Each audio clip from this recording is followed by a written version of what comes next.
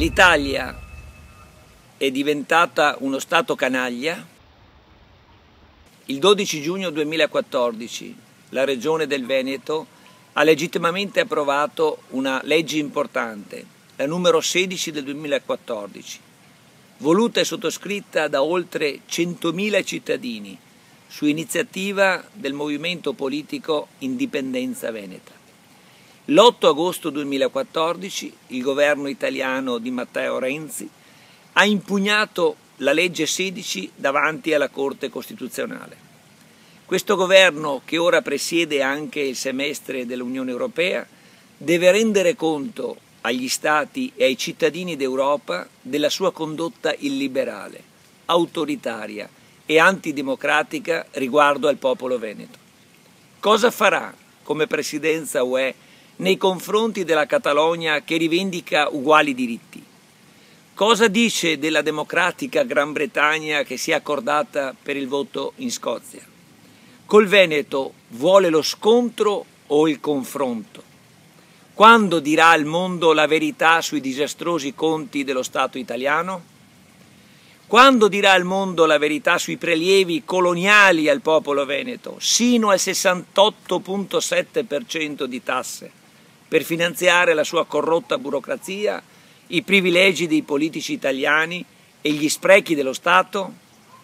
L'impugnazione della legge 16, che ha per oggetto un referendum consultivo in esercizio del diritto di autodeterminazione del popolo veneto, contrasta col diritto internazionale, Carta dell'ONU, articolo 1 e 55 e Patto di New York del 1966 sottoscritti dall'Italia, a cui l'Italia deve conformarsi, come impongono anche altre leggi, l'articolo 10 della Costituzione e l'articolo 53 della Convenzione di Vienna del 1969.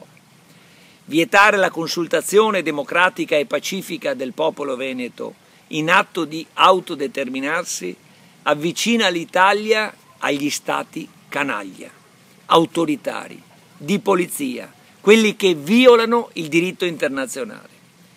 Il mondo civile, libero e democratico, deve sapere che in Italia si violano i diritti fondamentali, si calpestano il diritto interno e il diritto internazionale, si impedisce e si vieta al millenario e sovrano popolo veneto di tenere il referendum consultivo, previsto dalla legge 16 del 2014, cioè un atto di democrazia diretta, analogo e contrario a quello che si tenne in Veneto il 22 ottobre 1866, per aggregare anche allora con un voto il territorio e il popolo veneto all'Italia già nata nel 1861. Chiediamo al mondo intero: se il Veneto si è aggregato all'Italia con la consultazione del 1866, perché oggi, 2014, non può esercitare lo stesso diritto al contrario? La libertà non è mai a senso unico, la schiavitù, ahimè, sì. Aiutateci a difendere la libertà e la democrazia. Vogliamo l'indipendenza esercitando il diritto di autodeterminazione. Grazie.